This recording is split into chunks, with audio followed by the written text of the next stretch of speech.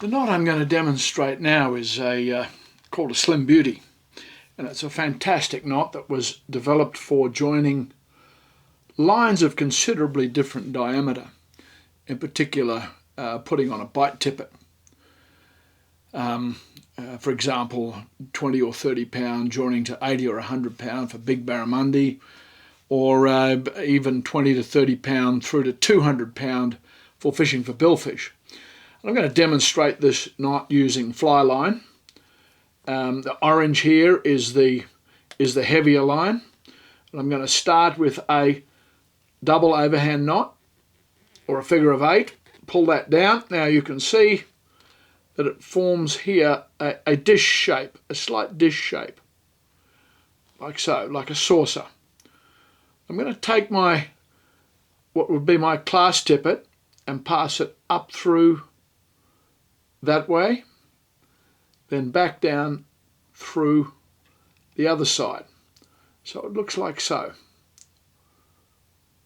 Now, if you wanted to make this knot even stronger, originally they doubled over the end of the class tippet like so, passed that through, and then proceeded to tie the knot with that doubled over section.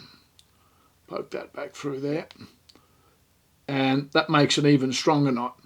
But for purposes of demonstration, I'm not going to do it like that. I'm just going to do it with a single strand. So that would be your double strand, which you would then tie the knot with, this one here. But I'm going to do it with a single strand. So I'll pull that back through, pass that up through there, back down through there.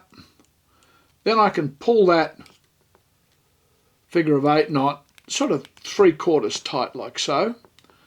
Turn this around, take a pinch here. This is important.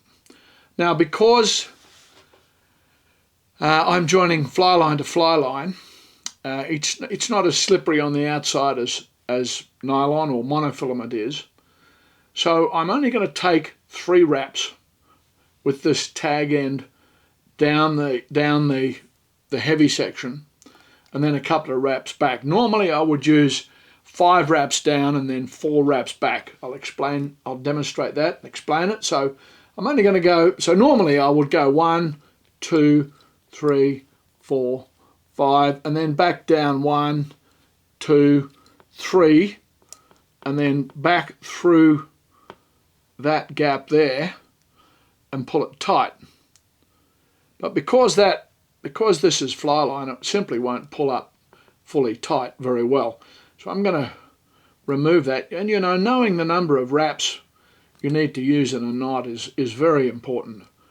But I'm going to just do this, and it varies from knot to knot and line to line. I'm going to do this with just 3 down, so 1, 2, 3, and then just 2 back, 1, 2. And this is where it's important that you hold the gap between the 2 lines open here, because you imagine if you're tying, for example, I use this in trout fishing to join the tippet on, so I might be joining 4 or 5 pound to 10 or 12 pound. Well, if that gap closes up, you're absolutely stuffed. You see that gap there? You've got to start the knot again if that closes up. Then you just simply pull that tight. You lubricate it. I'm going to use my fingers just to push it up. And it's basically 2 knots butting up against each other. There it is there. Pull that tight. Turn it around. I'll take my pliers and I'll pull so I'm only tightening one at a time at this stage. I'm not pulling them against each other. Tighten that figure of 8 knot fully. Then I'm going to slide that blood knot, basically it's a blood knot, hard up against the figure of 8 knot, like so. Trim. Now this is not a particularly neat knot in terms of trim. You do end up with a couple of tags sticking out. I'd trim them as closely as I can. It does. It can click in the guides a fair bit if you get it in the guides, but there we are. That's the Slim Beauty. That's how I tie it anyway.